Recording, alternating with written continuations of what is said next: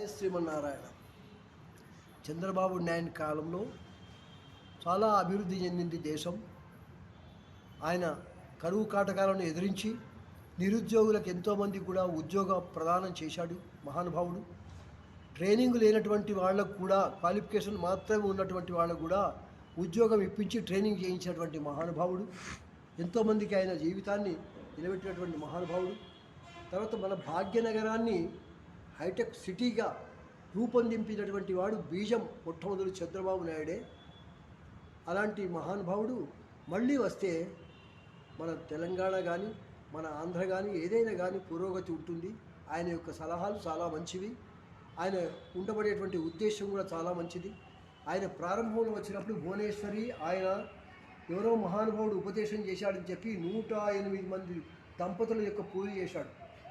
వాళ్ళకు 108 మంది బ్రాహ్మణోత్తములకు పట్టు దోతులు, అమ్మవారికి పట్టు చీర, పసుపు కుంకుమ పెట్టి కాస్త సువర్ణ దానం కూడా చేశాడు. ఎవరో మహానుభావుడు చెప్పాడని చెప్పి అది వైష్ణవ బ్రాహ్మణులకు చేయాలి, శ్రీమన్నారాయణ భక్తులకు మాత్రమే చేయాలి అనేటువంటి ఉద్దేశంతో 108 స్వాములకు దంపతులకు ఆయన పూజ చేశాడు మహానుభావుడు. దానివల్ల ఆయనకు మంచి అత్యవసాయం.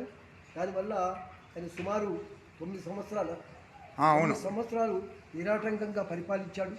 ఎన్ని అడ్డంకులు వచ్చేప్పటికీ ఎదుర్కొన్నాడు. ఏవో చిన్న చిన్న పొరపాట్లు ఉంటాయి, ఒక పని చేసినప్పుడు పొరపాటు జరుగుతాయి. అయినప్పటికీ కూడా ఆయన ఇప్పటి ఉన్న ముఖ్యమంత్రులంతా పొరపాట్లు కాకుండా చాలా చక్కటి బుద్ధితో, మేధాశక్తితో, తర్వాత ఆయన యొక్క పద్ధతి బాగా ఉంది.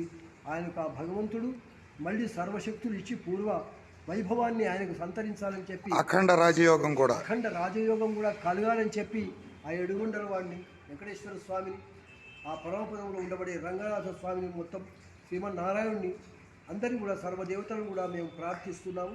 అలాంటి మహానుభావుడి వల్లనే భాగ్యనగరంగా విలసిల్లింది. హైటెక్ సిటీ కంప్యూటర్ అభివృద్ధి అయిందంటే ఆయన వల్లనే బీజం.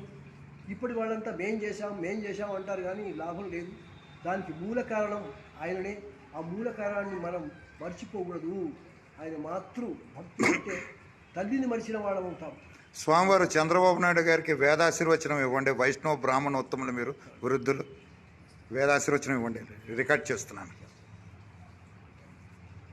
యస్మిన్ విన్యస్య భారం విజయిని జగతాం జంగమస్థావరాణాం లక్ష్మీనారాయణాఖ్యం మిథునమనమత్యద్యుదారాన్ విహారాన్ ఆరోగ్యం భూతిమాయు కృతమిహోగుణాం యదాస్థాపనంబ తత్తస్సద్య సమస్తం దిశసు పురుషో దివ్యహేచ్చవర్తి.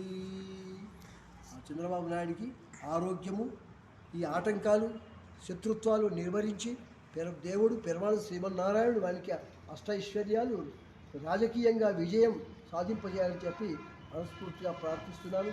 శతమానం భవతి శతాయు పురుష శతేంద్రియ ఆయుష్యేంద్రియే ప్రతిష్టతి.